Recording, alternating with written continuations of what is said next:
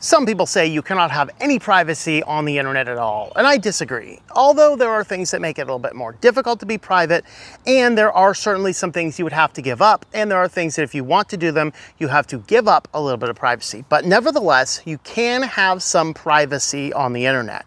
And today I have 10 tips for maximum privacy, mostly online. I think I have a couple of these that are not directly related to online, but they can have an online component. So today our backdrop is going to be the beautiful Lederer Park in State College, PA. And so that's kind of where we are filming this at, various locations around the park. And with that, go ahead and subscribe to the channel if you've not already done so, if you want to see more content like this.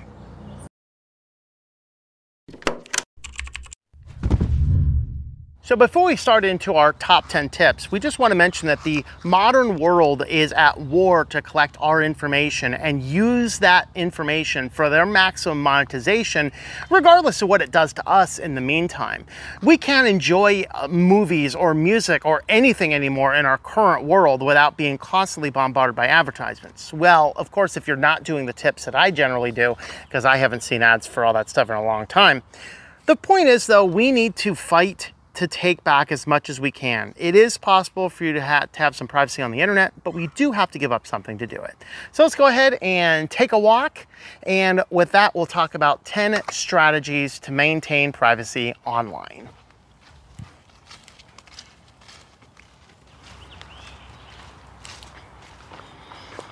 So at a channel like Switch to Linux, the first thing you would expect us to talk about is your operating system itself. Obviously, not everybody can use Linux on everything that they are doing, but I do encourage people to use Linux as much as possible for things, especially the basic things that, frankly, we can do depending on which operating system we're on. If you want the absolute best privacy on the internet, you're going to be using something like Tails with a quick follow-up of Cubes and Whonix. The challenge is these are not for everyday use. They're not for every single person. They are more complicated. But any basic Linux distribution is going to carry with it a lot more privacy than you have inside of Windows or Mac. Even though Mac tries to say it's privacy focused, it really is not as privacy focused as you might think. Now, the fact of the matter is there are a number of ways you can test out Linux without messing up your system. We have a playlist on those 5 items. We'll go ahead and link that down there in the description so you can find that particular video. But the first thing you want to do, just abandon the operating systems that's collecting every bit of information that you have about yourself so that in frank reality, you can take back more control over your whole system. There's our first tip.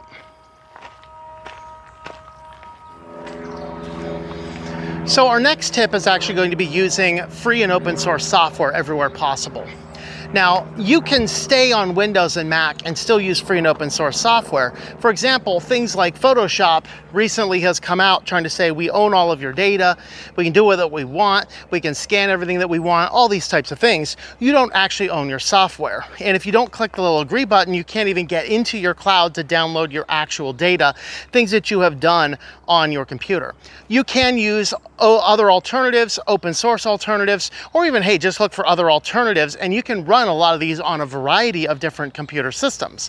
Of course, if you're running something like GIMP on Linux, you can still accomplish the vastest majority of everything you need to use with Photoshop, and there's other compatible applications for those as well. We've talked in detail about some of those. But if you use local cloud-free software with a free and open source license, you actually control and have access to this without some company scooping up, slurping up, and doing other stuff with your data that you may not want them to do. Now, if you do have to use some form of cloud, try and avoid the mainstream cloud services, which are designed to steal as much data as possible. Look at configuring a Nextcloud instance instead. That's what I do. And frankly, even non-tech savvy people, I simply email them a link. If they need to send me a big file, I'm like, here's a link. You open that up in the page, you click the upload button, you upload the files, and I get them. It's amazing. And they don't even know what they used. I mean, that's how easy it is. You can do online collaborative stuff with Nextcloud utilizing either LibreOffice or the OnlyOffice plugins. So there certainly are ways that you can do these things under more privacy respecting software. So consider using free and open source software instead of software with onerous licenses, cloud-based components, or things that you don't actually own your data. So with that, we have a choice. Which road do we take? I'm not sure. Let's go ahead and just pick one.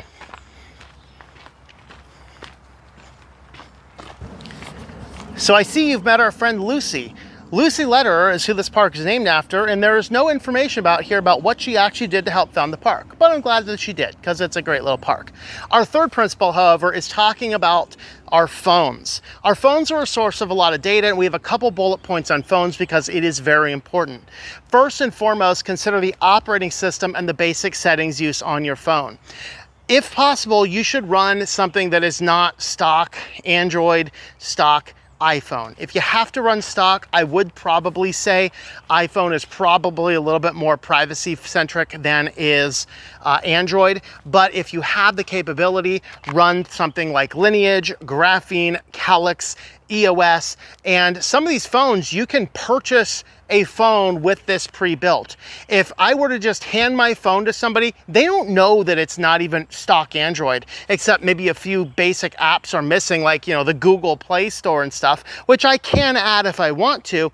But in studies looking at different operating systems, when you took Lineage and added the Google Play services, it was a little better privacy focused than was stock Android, but not by a lot. But if you took Lineage and did not install Google Play services, or even if you did micro G, it was significantly more private than if you didn't. Now, things like Graphene OS, which I'm using on my primary phone right now, they have some extra safety protocols in place to make sure they are ultimate private phone.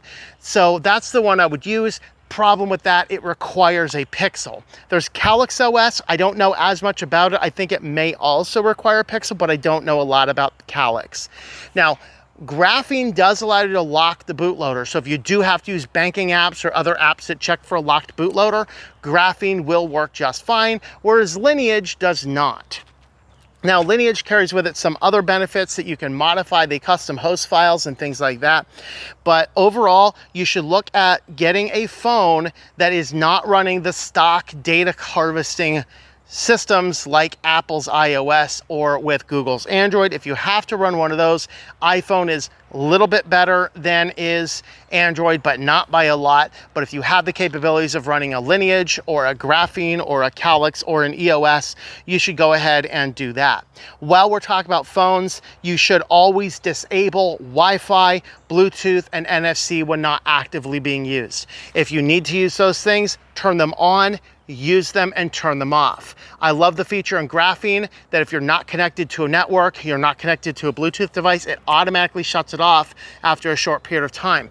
The reason this is important is if you have Bluetooth turned on in your phone and you're walking through a store, that store is still harvesting data. It knows who you are, and there's things it can collect about you that you may not otherwise want them to collect. So you have to be very careful with the phone.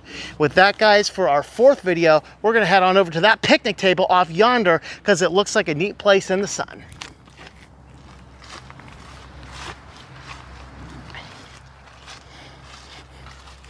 Alrighty. So as we're talking about phones, we have to talk about phone apps because you can run a phone without apps. You can't really run apps without a phone, but apps carry with it its own special thing. So you should avoid phone apps where possible. If it's just some little app that they have a mobile website that works, just use the browser on your phone instead. Some of the times these apps are just collecting tons and tons of data. So I was watching a video today where the spot, I think it was either in California or somewhere in Illinois, where you go into McDonald's and order a Big Mac, it costs $12. Must be California.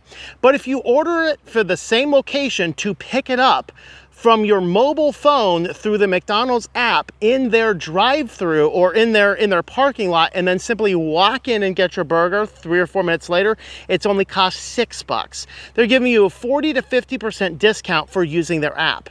What benefit do they gain? Well, they gain the fact that that app has connections to all sorts of data. They know your contact list. They know all sorts of information about you. So that data is profitable and valuable for them. So that is very important. Now there's other applications. So Allstate, the car company Allstate, this is an article that just came out recently. Allstate created a company called Arty, which is a data analytics firm. And Arty exists simply to collect data and compile and conglomerate it together for people so that what the insurance companies can buy and sell that data, and they can work on fine-tuning your premiums based on data that they have from apps that have the data analytics from Arty. What are some of these apps? Here's 3 of them. Life 360. I think that's the one that allows you to keep tabs on all of your loved ones as you're walking around the place. Mr. Radar, or My Radar, which I've not heard before, but the big one I see a lot being pushed by people on YouTube is Gas Buddy. It's a free app, completely free. It's going to give you discounts on gas. How does it work? Well, it's profitable. That thing, of course, it wants you to turn on location so it can tell you the best prices to get gas, because the location data is also collecting information about your movement in your vehicle. This is directly connected to Allstate's company called Arty, which is being used to harvest and collect and analog and sell data about you and your driving habits to not only their parent company Allstate, but to competing insurance companies as well.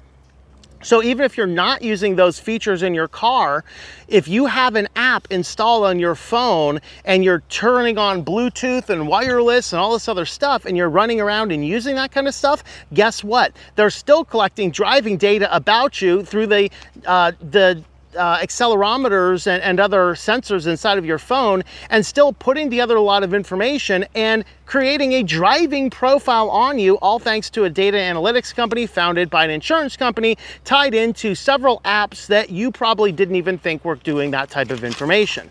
So turn off those apps. But with that, we're going to go ahead and move on to our next tip further on down the path, and hopefully before that thunderclap turns into an actual rainstorm. Let's get out of here. Our next tip is going to turn our attention towards our email addresses. If you're using something like Gmail or Yahoo or Outlook or any of these other big data analytics connected companies for your email, guess what? They're packaging up that data. They're shipping it out to PayPal. Of course, PayPal and Google announced a partnership lately where they'll just be scanning your Gmail accounts and Outlook accounts, and for anything that looks like an order number, and then PayPal will automatically detect those tracking numbers inside your PayPal account. They'll be able to tell you when your packages are arriving. Why? Why? All right, so Google, of course, also shares credit card information that it knows coming into your online email accounts with Facebook and other credit card companies and things like that, which allows them to all collect and share information about the purchases you make and things like that. So ultimately, these big companies are being used for credit cards, sending and collecting the data out. Now, there are some services that are probably safer to use. Proton and Tuda are 2 services that are probably safer to use in this respect.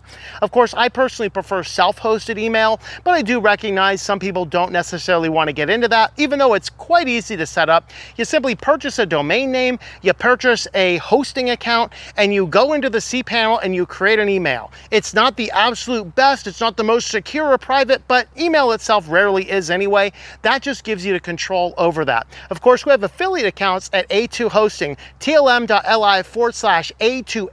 If you want to pick yourself up a hosting account, you can go ahead and do that, and then with that hosting account, attach it to a domain name, and booyah, you have the ability to create unlimited email addresses. You can create an email address for spam. You can create an email address for interfacing with your church. You can create an email address for all sorts of different things. You can filter and sort and do all sorts of neat stuff like that, connecting either with the built-in webmail client on an A2 platform or any other hosting company with cPanel. I just use them because they're the best affiliate that I have for this kind of stuff. And I have personally set up subscribers to this channel possible on their own custom email on A2 hosting. So that works out pretty well. So definitely look at using custom or private email. And if you have to use a big company, I would definitely go more towards a Tuda or the Proton Mail. Start Mail might be another one to look at as well. So there are options out there. You just want to avoid the big ones like your Googles and your Microsoft and your Yahoo. They're too in bed with data analytics and things like that. So with that, let's go ahead and continue on down the trail, and we'll talk about our 6th step next.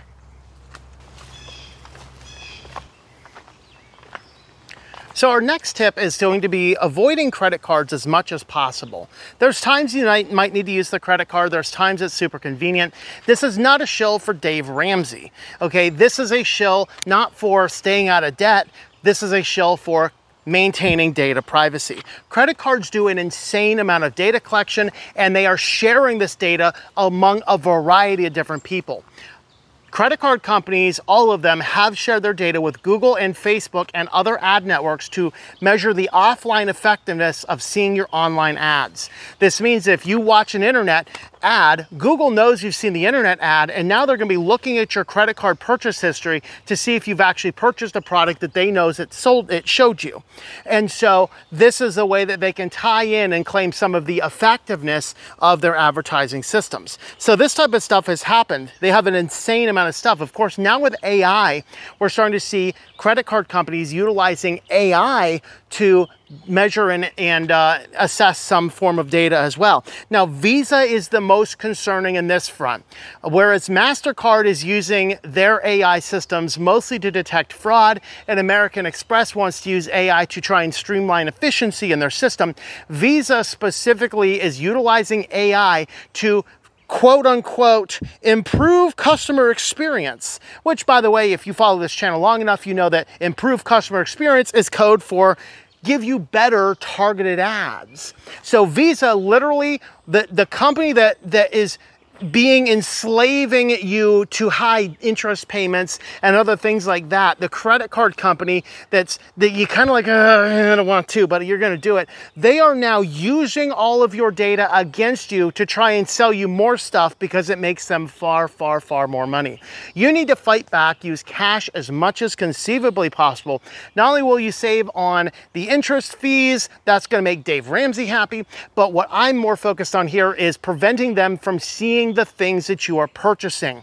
They can see those details on stores and Shoppers Club cards, and we'll go ahead and talk about that one here soon. But the fact of the matter is, these credit cards collect insane amounts of data, and they use that data for their own profit, which usually means siphoning more money out of your pocket, maybe even for things that you would not have otherwise bought.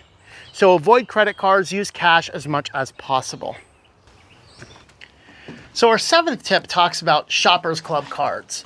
All right, of course they're trying to get you to use your Shoppers Club cards, save as much money as you can. I went to a store the other day. I didn't use a card, of course. It was just bought something that was clearance. They're like, you saved $2. I said, no, I spent $15. Okay, so the whole thing about use the card and save money, no, you're still spending money. If they've gotten you to buy something you would not have bought because you saved 50 cents on it, you didn't save 50 cents. You spent the however much it was minus the 50 cents if you didn't intend to buy it. Now, the reality is oftentimes in these stores, they actually don't have a safeguard to make sure the credit card or the phone number or whatever you're entering is a legitimate number. So most of them will accept a random string of 10 digits. So you can just go ahead to the keypad, especially if you know the area code, and then just enter a random string of digits. Well, worst case scenario, you're going to give somebody else some extra points for shopping on their card. Of course, if you're using that method for a whole extended family, you can obfuscate the data. I still can't say that word, by the way. Obfuscate, not going to work here anymore. Anyway, you can hide the data by everybody in the family using the same number. Sometimes if I know, for example, I have a friend that uses their card to save 5 cents on gas, I might just use their phone number anyway, give them a few extra points, I guess. But the reality is, even me who lives in a van on the road, I'm not all that interested in trying to save 5 cents worth of gas, especially since I do my good research. I know where gas stations are without using Gas Buddy, by the way. And oftentimes, if you pay cash at the gas station anyway, it's fine. But what is ultimately the problem with Shoppers Club cards? There have been a few interesting cases. Of course, the classic one we've talked about on this channel several times is back in Seattle. They said at one point in time, this is King County, they're like, we need to find a way to find some more revenue in our system, right? So they hired a firm which went in and got access to everybody's Shoppers Club data, and then they cross-referenced the list of people who purchased pet supplies on their Shoppers Club data versus the list of people who had purchased a pet license. If anybody bought pet supplies on the Shoppers Club cards that did not have a pet license, the city sent them all a threatening letter. Well, that's a very interesting case. Of course, I have seen more cases recently where police investigations are now starting to use your Shoppers Club data to see the types of things that you might buy or to try and link individual people to individual purchases. It's very interesting to see some of the things I've been talking about for the last 5 years on this channel being used in the actual criminal investigations that you'll find if you watch A&E some evening. It's very interesting to see. But avoid Shoppers Club data, Shoppers Club cards. They're not as big of a bargain as you might think they are. You end up spending more money if you're trying to figure out what you can save on. And the data collection is definitely used against you. And oftentimes you can get the same exact deal just by saying to the cashier, scan the store card, or again, entering a random string of 10 digits. Worst case scenario, just enter somebody's phone number. Chances are they probably have the thing anyway because, hey, we're surrounded by a bunch of normies. So definitely avoid the Shoppers Club data. And with that, we're going to go ahead and move on back further into the woods and continue with point 8.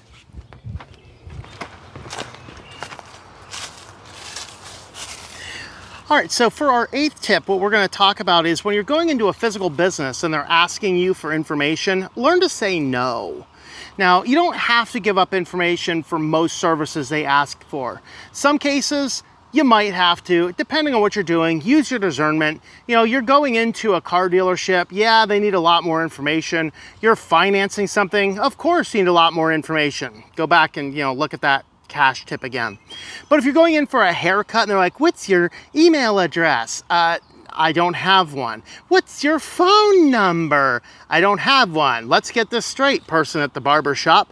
I walked in your front door. I want you to put my first name in that little book, and your next underpaid employee who has time is going to call my name up to go and get me a haircut.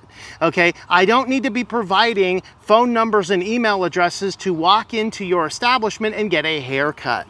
Now, the same thing this actually applies to in our modern age, curiously enough, is churches. There's all these big church databases now, which are hopefully managing the church database. So they call these membership services, where you'd go in and they basically maintain online databases of all your members and all their birthdays and all their kids' names, and they manage your email lists and all the other kind of stuff. If your church does one of these things, explicitly opt out and make sure they are following the policies. I've actually got added onto some of these when I read through their privacy policy and said, look, these churches are violating your privacy policy. I was never told they're using your service. It's very clear on this page, on this point number, they have to make it extremely clear they're entering data, but most churches don't do that. And so they're using these types of services, and then all that happens is you end up inside of their big database, and their database, yes, despite what they say, their database does get used for some other forms of marketing, shared with third parties, and then before you know it, it's kind of like the secret. Somebody tells you a secret, and if you tell one person, that barrier is really high, but then that person, since they're not connected to the first person the secret was from somebody else, they just don't think about telling it all over town. That's how your data becomes when it gets caught up in any of these people's systems, whether it's the barbershops or the churches. You give it to one person, they give it to their third party, and that third party contractor is working with 15 other people, goes, hey guys, guess what I just found out? And now before you know it, all forms of data that you have about you is scattered all over the internet. So So learn to say no when people ask for services. You go to church and you're there for a long time, yeah, change the culture of the church to not use that nonsense. Learn how to figure out how to do that stuff in-house, which, by the way, is cheaper. Phone numbers for stores, you don't need that. You don't need any of this kind of things. Now, how do you avoid this without sounding like a jerk? Like, no, I don't give that information. Sometimes I do that. But oftentimes I try and put a spin on it. You put a smile, say, I'm sorry, I just don't give up that kind of information. And then I engage in a privacy discussion with the person. And more often than not, they're just like, well, we just want to send you coupons or whatever other nonsense that is the company line they've been told to. What's really sad is you go into like an Ollie's and they're like, do you have a card? No. Do you want to sign up for one? No. Come on, we'll get you. No. Okay. The problem is that these people will get more money, or at least not get fired, if they get a certain number of sign-ins in their individual shift. So by me going in, I am effectively, in their eyes, pulling money out of their hands if I don't give up this private data that I have no interest in giving up. This is a big problem that needs solved on the company's end. But the reality is we have to learn to say no. I'm not giving up data for services that don't need it. Trust me, I do not need coupons for Ollie's. Okay, it's already cheap crap anyway. I'm getting in there because it's cheap crap. I don't need to be lured in there with coupons for more cheap crap that I don't really want. So learn how to say no.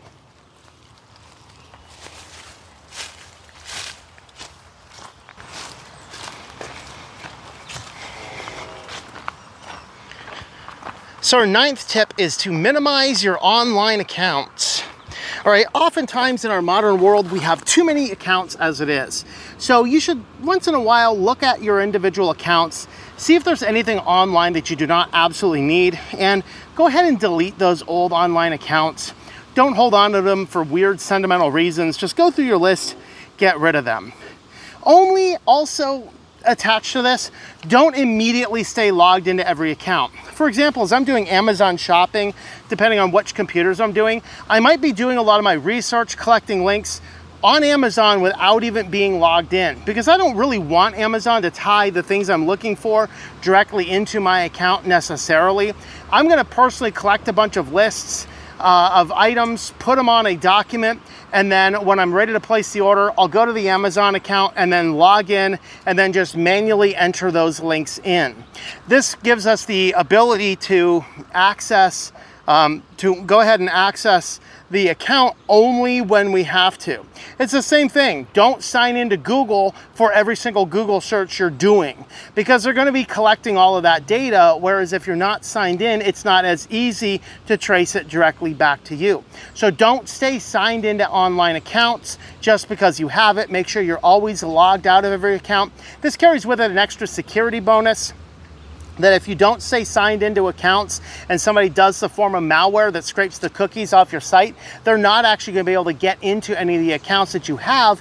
Whereas if you do stay signed in on your web browser to various accounts, then they can actually scrape, steal access cookie tokens, and get into your online accounts. So minimize the online accounts that you have and only log into them when you're actively using the service that account needs to have. It's the same thing with your phone, GPS, and wireless that we talked about before. You can just go ahead and turn it on when you need it, turn it off when you don't. It's the same thing with accounts. Log in when you need to be logged in, log out when you don't.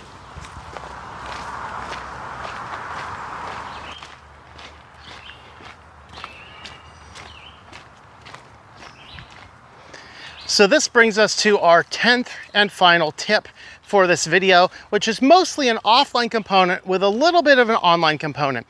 And that is that, at least here in the United States, and your country might have something similar, we actually have a federal opt-out for junk mail. That is similar to the do not call list, but it actually generally works. Probably because you can make phone calls for free, but you can't send out mail for free. And if you're explicitly sending mail to people who don't want to receive it, you're simply throwing good money after bad. So with this, opt out of your physical junk mail. Here in the United States, it's a federal form. If you do it on the website, it lasts for 3 years. If you want to do it longer, you print out a form, fill everything out, mail it into the government, and they will add you to the list of do not market to.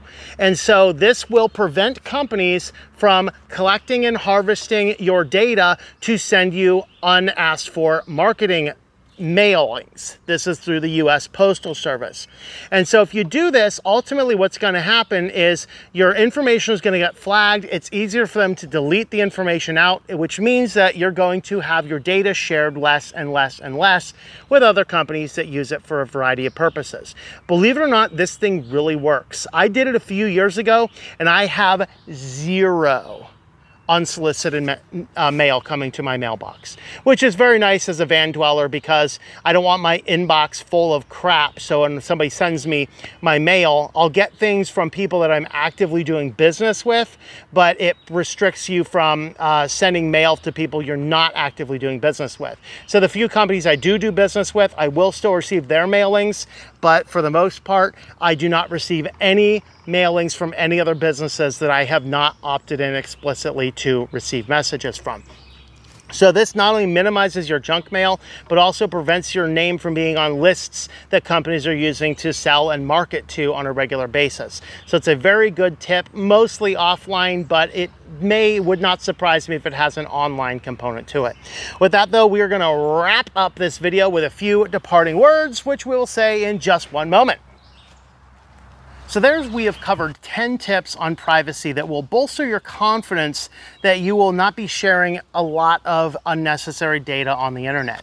Are they completely bulletproof? Of course they're not. There are still ways to collect data, there are still mistakes we can do, and there's some services we might choose to do even though we might be giving up data in the process. But if you follow these steps, at the very least, you're going to have a lot of greater confidence in yourself that you are taking more control back in your life. And that will also boost confidence in other areas. So if you like this type of content, you want to see more Linux tips and, hey, just general privacy life tips while we walk in the woods, go ahead and subscribe to the channel for more. Let me know you like this type of content down there in the comments. With that, you can go ahead and please give us a like also. With that, thanks for watching. I hope that you enjoy switching to Linux and taking other control of privacy in your life.